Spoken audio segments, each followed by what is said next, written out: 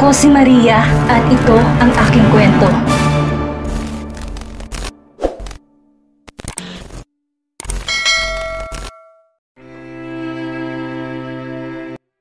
Yes, Uncle. Di napigilan ni Jeremy ang mapangiti dahil sa nakakahawang sigla ni Jasmine. Pero agad din siyang kumunot ang noo dahil marinig ang nakikiusap na boses nito. Uncle, pwede po bang pakigawa ng pabor? Please po. Agad siyang napatayo at tinanong ang bata. Nag-aalala siya dahil sa boses ni Jasmine. Buwaba ito at parang problemado. Bakit? May problema ba, Jasmine? Please, Uncle, pumunta ka sa school. Please. Busy si Mommy kaya hindi siya makakapunta. Mahalaga po ito, Uncle. Sana po makapunta ka. Kahit di niya nakikita si Jasmine, nahuhulaan niya. Nakanguso to habang nagsasalita. At yon ang nagpakit sa kanyang imahinasyon. Napahawak si Luisa sa dibdib sa gulat nang malakas buksan ni Jeremy ang pinto. Kanselahin mo lahat ng appointment ko, Luisa. May mahalaga akong pupuntahan. Pero sir, ang mami mo gusto ko makausap. Ano nangyari doon kay sir? Para nag-ibang kilos niya nitong nakaraan na. Naibulalas ni Luisa. Nakalimutang hawak ang telepono. Kausap ang ina ng kanyang amo. Ano? Luisa, ipaliwanag mo nga. Ano nag-iibang kilos ng anak ko? Wala po, Ma'am Victoria. Nakanguwing sagot ni Luisa sa ginang. Inutusan ang babae ng matanda na mag-report dito. Pero dahil si Jeremy ang amo niya, mas tapat siya sa lalaki. Muling napailing si Luisa. Magugunaw na yata ang mundo. Hindi na masyado masungit masama ang ugali ni Sir Jeremy ngayon. Yun nga lang laging bugnutin siya eh. Nang makarating si Jeremy sa kindergarten school, agad siyang pumunta sa opisina ng punong guro. Kumunot ang noon niya na makita niyang dinuduro ng kusinong babae si Jasmine. Nangaasar nang ngumiti ang anak ng babae at tumila pa kay Jasmine. Kaya naman lalong namula ang pisngi ng anak ni Ferlita sa inis. Ang batang to ang nanakit sa anak ko. Sa tingin niyo ba mapapalagpas ko to? Hindi. Gusto kong makausap ang ina niya. Tinaasan ng kilay ng babae si Jasmine habang nanguuyam na tumingin dito. O baka naman walang talagang magulang ang batang to. Kaya kanina pa tayo naghihintay dito. Nagtagis ang bagang na Jeremy nang marinig niya ang sinabi ng babae. How dare this woman point her finger at Jasmine? Kumukulo ang dugo niya. Na makita siya ng babae, agad siyang nagpaskil ng ngiti sa labi. Kahit ang totoo nagagalit siya ngayon sa babaeng dumuro kay Jasmine.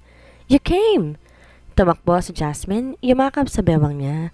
I'm sorry I called you po, I have no choice po kasi. Aniya na halatang nakokonsent siya. Lumuhod si Jeremy sa kanyang harapan para pantayan ang cute niyang mukha. May hinala siya kung anong nangyari pero gusto niya pa rin marinig ang paliwanag niya. It's alright, Jasmine. Care to tell me what happened? Matapang na tinuro ni Jasmine ang batang lalaki. That chubby kid teased me that I don't have a father. Pinagtatawanan niya ako araw-araw. That's why I fought back. I pinched his cheeks. He deserved that because he's a bully. Nakangusong sumbong pa nito. Nakadama ng inis ang ina ng batang nakaaway ni Jasmine.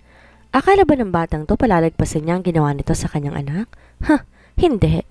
Excuse me ha, narinig niyo yun, principal? Anong klaseng dahilan yon? Mananakit siya ng simpleng pang-aasar? O baka naman totoong wala siyang ama? I'm her father, so better shut your mouth. One more insult to my daughter and you will see what I'm capable of. Madilim ang ekspresyon ni Jeremy nang putulin ng babae. Kumukulo ang dugo niya sa mga sinabi nito. Mukhang nagmanang anak nito sa matabil niyang dila. Mukhang may pinagmanahan ng katabilan ng dila ng anak mo. Mana sa'yo. If I were you, bata pa lang, turuan mo na magandang asal ang anak mo. Di maganda ko magiging magkaugali kayo sa paglaki niya. How dare you? Natigilan ng babae nang makilalang kanyang kaharap. Mr. Crawford? Ikaw nga. Pero paano mo siya naging anak? Tumikim ang principal para kunin ang atensyon ng lahat. Di magiging magandang reputasyon ng kanilang paaralan kung magiging kalaban nilang kilalang negosyante sa bansa. Malaki ang donasyon na binibigay ng Crawford, kaya nararapat na piliin nila sinong dapat panigan. Mr. Crawford, magandang tanghali. Humihingi kami ng pansensya dahil sa abala. Isa lamang tong di pagkakaunawaan, sana'y mapalagpas mo to. Tama ba ako, Mrs. Santos? Tama si Principal. Isa lamang tong di pagkakaunawaan ng mga bata. Magsorry ka sa kanya, anak. Utos ng ginang sa anak. Humingi ka ng pasensya. Mangako ka sa kanya na hindi mo siya ibubuli pa. Pinanlakihan pa nito ng mata ang sariling anak. Natatakot na makalaban ng lalaking kaharap. Bagaman nagtataka, sumunod ang bata sa kanyang ina. Sorry, Jasmine. Promise hindi na kita aasarin. Tumayo ng tuwid si Jeremy at tiningnan niya na may pagbabanta ang lahat ng naroroon sa silid. Palalagpasin ko to, pero sa sunod na insultuhin yung anak ko, hindi ako magdadalawang isip na itigil ang donasyon sa paaralang to. Huwag ninyong pakikialaman ang pamilya ko, lalo ng anak ko. Naiintindihan ba natin? Ang bantang iyo'y naghatid pangamba sa lahat, lalo na sa guro ni Jasmine na di nagawang ipagtanggol ang bata mula sa ina ng bully. Nagsisisi to na hinayang umabot sa ama ni Jasmine ang nangyari. Siguradong sasabunan siya ng principal pagkatapos ng meeting na ito. Nagkamali siya ng pinanigan. Sino mag-aakala na ama ng batang ito ang kilalang negosyante sa bansa? Naintindihan namin, Mr. Crawford. Yumuko ang principal, pati rin ang guro ni Jasmine. Walang magawa ang babae. Namang panghusga, ang ina ng bata, kundi ang yumuko rin, humingi ng pasensya.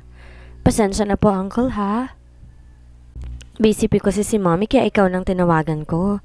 Tsaka ayoko po malaman niya na may kaaway ako sa school kasi mag-aalala po siya. Nag-thumbs up pa ito. Ang galing mo kanina, uncle. Sana ikaw na lang talagang daddy ko. Alam mo, gusto kita talaga. Mas gusto kita kaysa kay Tito Dexter.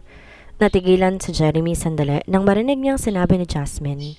Tinawag itong tito si Mr. Whitman, hindi daddy? Kung ganon tamang hinala niya na hindi boyfriend ni Ferlita ang lalaking yun. Hindi siya ang ama ni Jasmine. Kung ganon, sino? Bakit wala siya ngayon sa tabi ng anak niya? Di ba tumarunong mag-alaga ng pamilya? Nakakaawa si Jasmine dahil nagkaroon siya ng ama na walang pakialam. Mas pinili pa siyang tawagin ni Jasmine kaysa sarili niyang ama. Hinila ni Jasmine ang kamay niya. Magkahawak kamay silang naglalakad ngayon papuntang parking lot. Salamat, uncle. Magtitimpla ako ng kape para sa'yo next time. Nagpout ito ng labi bigla. Pero bago yun, pwede mo akong bilhan ng ice cream? Please, please. Di niya mapigilan ang ngumiti. Naalala niya na naman si Ferlita sa kanyang mga ngiti. Dahil napakabait mo at matapang na bata, you deserve a reward. Nagliwanag ang mukha niya. Yehey! Sobrang kabang nararamdaman ni Ferlita nang bumaba siya ng kotse. Sino nga ba namang hindi kakabahan? Tumawag sa kanyang principal, sinabi, sinundo na raw si Jasmine ang kanyang daddy. Wala si Yaya dahil day off nito ngayong araw at imposible rin naman na si Dexter ang sumundo sa kanyang anak dahil nasa Hong Kong ito ngayon. Wala siyang ibang kakilala na maaaring sumundo sa kanyang anak dahil nang mawala ang mga magulang at maghirap sila, parang bulang nawala lahat ng kanilang kamag-anak. Kumunot ang noon ni Ferlita na makitang pamilyar na figura sa swing malapit sa homeroom ni Jasmine. Nagmadali siyang lumapit at mahigpit niyakap ang bata. Jasmine, anong ginagawa mo rito? Sabi sa akin ng principal, sinundo ka raw ng kung sino. Natigil siya sa ere nang makita si Jeremy, prenteng nakaupo sa swing habang kumakain din ng ice cream. Ikaw? Anong ginagawa mo rito? Tsaka bakit kasama mong anak ko? Kung ganon siya nga bang sumundo sa kanyang anak? Nagpakilala ba tong ama ni Jasmine sa lahat? Umakit ang dugo sa ulo ni Ferlita. What do you think you're doing, Mr. Crawford? Sinundo mong anak ko without my permission at nagpakilalang ama niya sa lahat ng naririto? Nababaliw ka na ba? Mom, please, huwag ka pong magalit sa kanya. Kasalanan ko po kung bakit nandito siya. Pakiusap ng kanyang anak na si Jasmine. Laging kalmado si Ferlita. Di siya nagagalit ng ganito kaya naman hindi niya alam na natatakot ang kanyang anak ngayon na makitang galit siya. Mommy, wag mo pong awayin si Uncle, please. Nataranta si Ferlita nang umiyak si Jasmine. Shh, tahan na. Hindi galit si Mommy, okay? Tumawag sa akin si principal na may sumundo sa'yo, kaya natakot at nag-alala ako. Diyos ko, salamat naman at mali ang akala ko. Pinahid niya ang luha ng kanyang anak. Bihira niyang makitang umiyak si Jasmine. Mas sanay siya na palabanto at ngumingiti. Mukhang ang kinatatakot ng anak niya, magalit din siya ng sobra kay Jeremy. Masama ang tingin ni Ferlita kay Jeremy. Di niya magawang ngitian to dahil sa galit at inis na nararamdaman. Handa na siyang bulyawan to, ngunit kalmado tong nagpaliwanag agad sa kanya. Mr. Watson, I'm sorry for making you worried. Huwag mong sisihin si Jasmine sa pagpunta ko dito. In fact, I'm glad she called me to come here. Nakaramdam si Ferlita ng pagkapahiya, lungkot at awa para sa kanyang anak sa narinig na paliwanag ni Jeremy. Di niya alam na binubuli pala si Jasmine dahil wala itong ama. Ngunit sa kabila nito, iniisip pa rin ng bata ang nararamdaman ng kanyang ina. Nanginginig si Ferlita sa sobrang sama ng loob. Di niya alam kanino siya magagalit. Sa nambuli ba sa anak niya? Kay Jeremy dahil wala ito sa tabi ng kanyang anak? o sa sarili dahil naglilihim siya sa anak niya. Ferlita, pasensya na kung pinag-isipan kita ng masama, Jeremy. Sobra lang ako natakot dahil akala ko napahamak ng anak ko. Hindi ko mapapatawad ang sarili ko pag may nangyaring masama sa kanya. Kaya salamat dahil nariyan ka para samahan siya at ipagtanggol kanina. Kahit anong lihim niya mukhang di mapipigilan ang lukso ng dugo para sa kanilang pamilya. Kumalma ang puso ni Ferlita. Mukhang wala siyang dapat ikabahala dahil hindi nagdududa si Jeremy na siya ang ama ni Jasmine. Jeremy, nakikiusap ako. Pwede bang sa sunod huwag mong sasabihin na ikaw ang ama ng anak ko? Tumigas sa ekspresyon ni Jeremy. Nasaan bang ama niya? Di ba dapat narito siya para alagaan ang anak ninyong dalawa? Bakit ikaw lang nagpapakamagulang sa kanya, Ferlita? Bakit di niya gampanan ng pagiging ama? Kumuyom ang kamao ni Ferlita sa tanong ni Jeremy. Mabuti na lang abala si Jasmine habang nakikipaglaro sa ibang mga bata, kaya di nito naririnig ang kanilang usapan. Ayaw ni Ferlita ang marinig ng anak na nag-aaway sila, lalo na kay Jeremy. Di niya na nagawang sagutin ng lalaki nang tumunog ang cellphone niya. Hello, Mr. Watson? Narito si Mrs. Cello ngayon. Gusto ka niya makausap ngayon na mismo? Ano to? Sige, pupunta na ako. Jasmine, tara na, babalik muna tayo sa office. May mahalagang bagay na kailangan nilang pag-usapan ni Mrs. Macaro, kaya hindi na po pwedeng ipagpabukas to. Mommy, can I stay here po? I want to stay here po with Uncle. Please, Mommy. Umiling ka agad siya. Princess, nakakahiya kay Mr. Crawford. Busy siyang tao kaya't kailangan mo na rin bumalik agad sa trabaho niya. Hayaan mo, bukas na bukas sasamahan kita rito. Pwede ba yon? Ngumiso ito. Mommy, I want now. Gusto ko pa siyang makasama. Ferlita, libre naman ang oras ko ngayon. Kaya hindi abala si Jasmine sa akin. Huwag kang mag-alala. Iyahatid ko naman siya sa inyo. Pero, nakikiusap na tumingin siya sa kanya. Bumuntong hininga si Ferlita, hindi na tumutol pa. Kailangan niya nang bumalik at umalis papuntang office. Bumaling siya sa kanyang anak. Sige, bibigyan kita ng 1 oras, Jasmine. Papupuntahan kita dito sa Tito Marvin mo para hintayin kang matapos ang 1 hour na kasama siya. Okay na ba yon? Yay! Thank you, Mommy! Di matago ang labis sa tuwa sa mukha ng anak niya. Gusto talaga nitong makasama ang ama niya.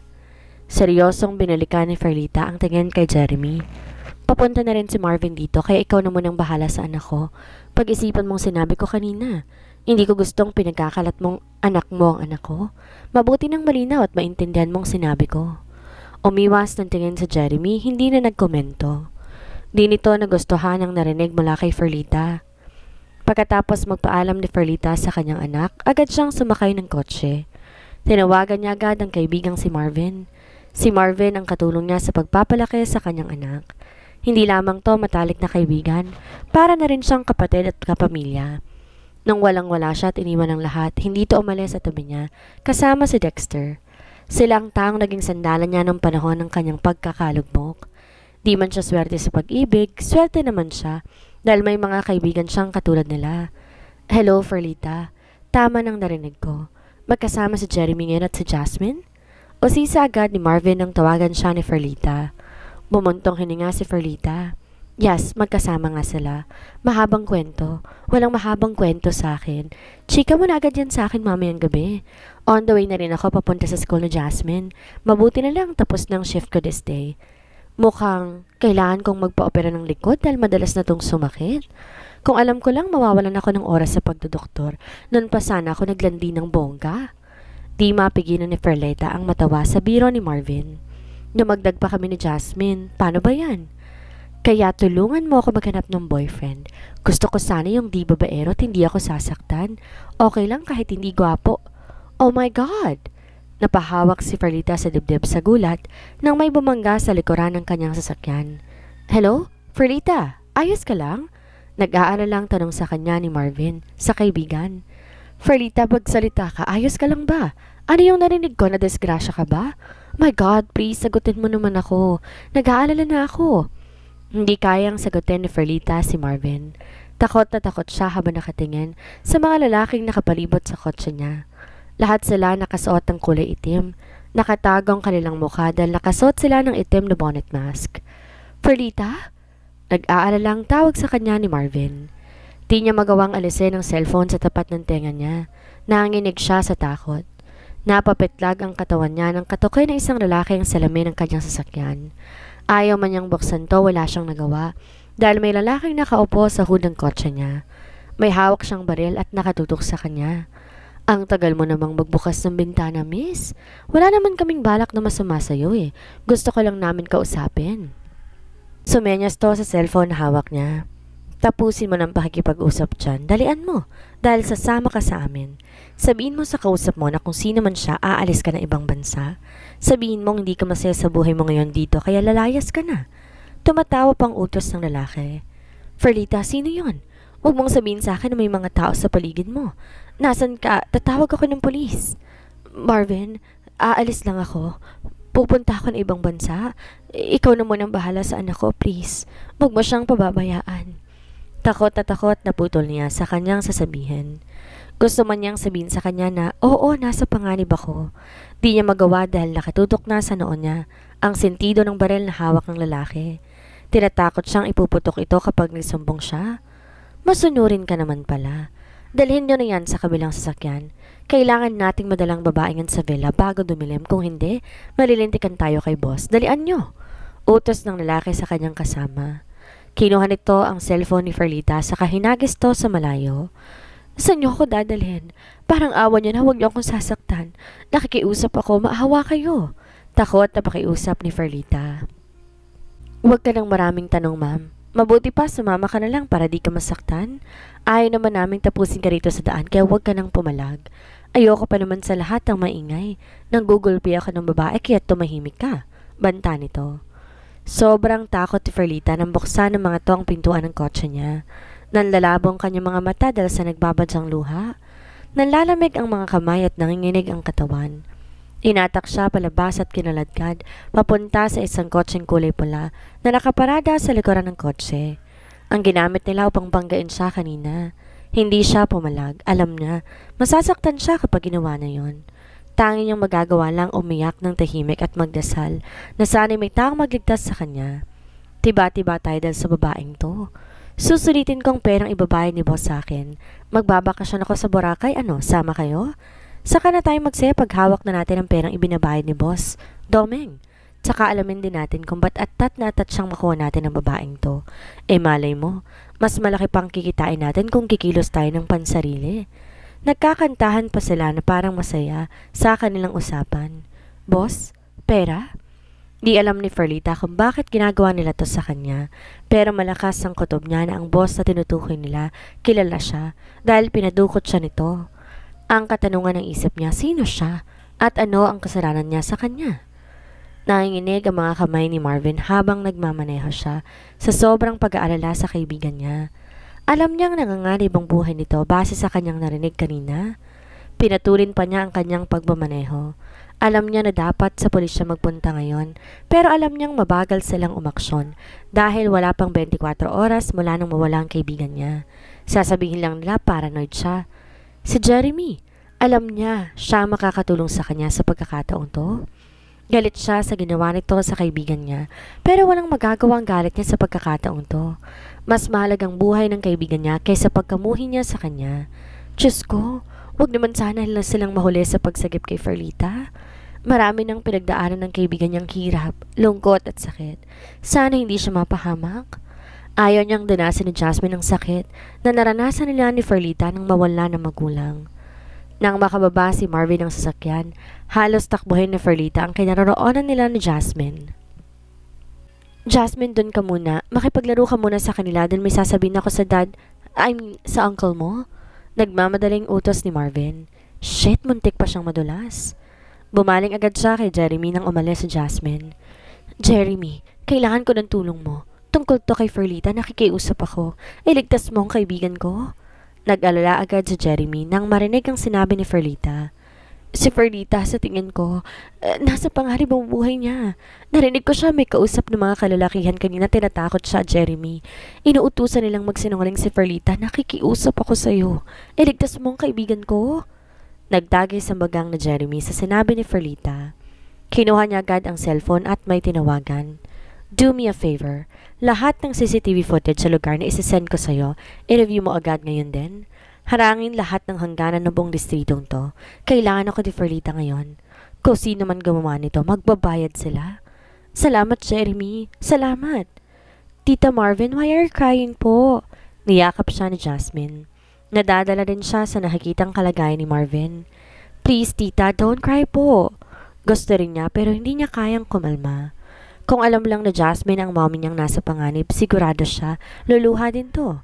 Pero di niya dapat sabihin to sa bata dahil alam niya, mag-aalala to sa mommy niya. Ayaw niyang mag-alala at umiyak si Jasmine at alam niya rin na yun ang gusto ng mommy niya. Bago umalis si Jeremy, nagpaalam to kay Jasmine at humalik sa noon nito. Jeremy, pakiusap, iligtas mo si Ferlita. Huwag mo sanang kalimutan na kahit paano may pinagsamahan kayo. Kahit ito na lang ang bahid mo sa ginawa mong pananakit sa kaibigan ko. Bulong ni Marvin habang ito ay papalayo. Umaasa siyang ililigtas ni Jeremy si Ferlita, ang kaibigan niya na sinaktan niya noon, ang ina ng kanyang anak. Bang! Malakas na putok ng baril ang narinig ni Ferlita, sabay ng tilamsik ng likido sa kanyang balat. Nakarinig siya ng magkakahalong boses. May nagsasabing ligtas na siya at may nagsasabi din na nakawala ang isa, habulin ninyo. Nanginginig si Ferlita sa takot. Di niya magawang imulat ang kanyang mga mata dahil natatakot sa maaaring makita. Ferlita! Narinig niya ang boses ni Jeremy tumatawag sa kanya. Jeremy!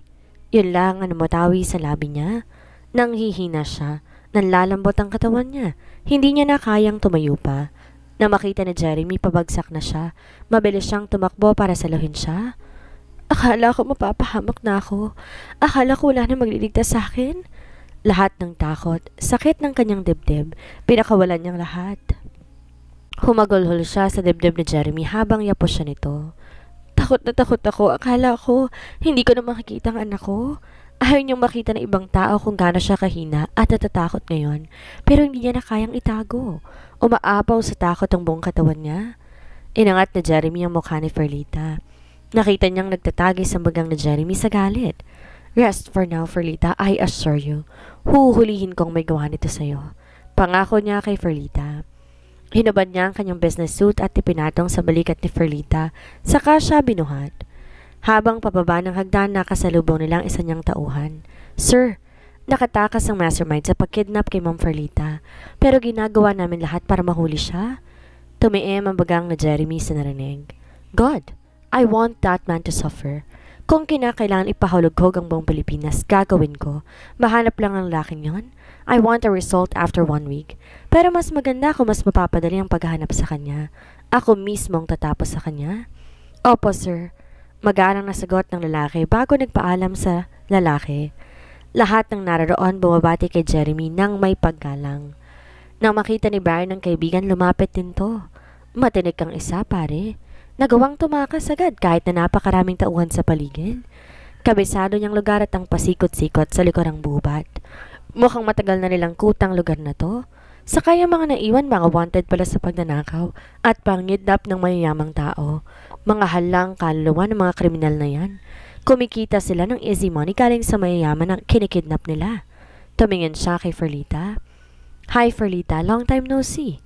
Bumaling to kay Jeremy. Sige na, mauna na kay ni Ferlita. Dalian mo na at dalhin mo muna siya sa ospital. Saka na namin siya hinga ng statement kapag okay na siya. Thank you pare, maaasahan ka talaga. Pasalamat na Jeremy sa kaibigan. Take us to the hospital, Tom. Utos niya sa driver nang makarating sila ng sasakyan. Inupo niya si Ferlita sa backseat at tumabi sa kanya. Mula sa kanyang bulsa, nilabas niya ang kanyang panyo at pinunasan niya ang mukha ni Ferlita nang may pag-iingat. Na makita niya ang sugat sa leg ni Ferlita, nakita niya ang paggagalawan ng kanyang panga. Matagal ko nang kilala si Jeremy. Sanay ako na walang emosyon ng kanyang mukha.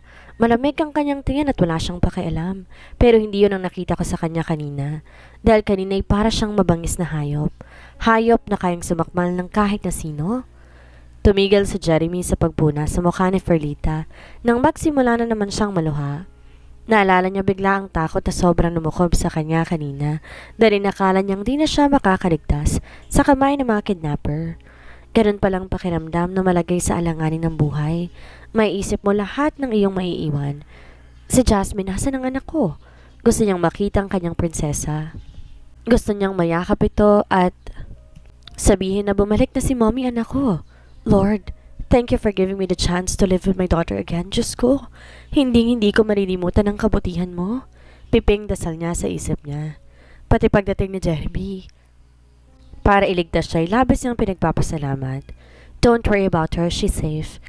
Kasama niyang kaibigan mo. And you also don't have to worry about this mess. I will take care of what happened today. Kumuyom ang kamao ni Jeremy. Di siya makakataka sa ginawa niya. Magbabayad siya. Salamat Jeremy dahil sa'yo. Makikita ko pang anak ko. Salamat dahil dumating ka para iligtas ako. Kulang ang salita para ipakita na sobra siya nagpapasalamat sa kanya. Save your energy, Perlita.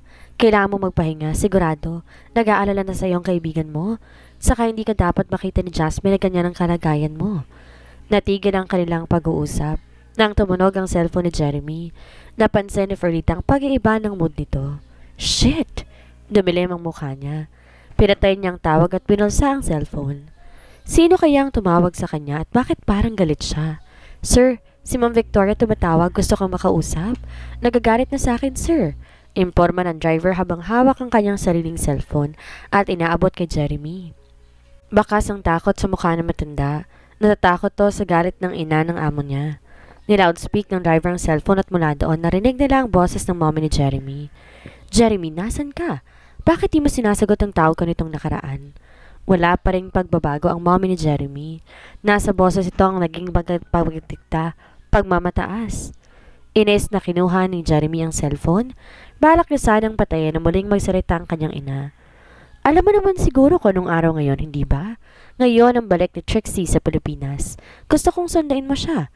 Hello, Jeremy, nakikinig ka ba? Di nakatiis si Jeremy, tinapos na ang tawag. Niyakap ni Perlita ang sarili niya at tumingin sa labas ng bintana. Ihatid mo na lang ako sa bahay ni Marvin. Di maganda kung may makakakitang ihatid mo ako sa ospital. Perlita, please Jeremy, gusto kong magpahinga pero hindi sa ospital. Pakiusap niya at pigil ang sariling huwag kumaralkal ng tinig. Dumadaloy ang pamilyar na pakiramdam sa kanyang dibdib at iyon ay kirot at sakit. Sino nga kaya ang taong nagpadukot kay Perlita at anong mangyayari sa muling pagbabalik ni Trixie? Yan ang ating aalamin sa susunod nating kabanata.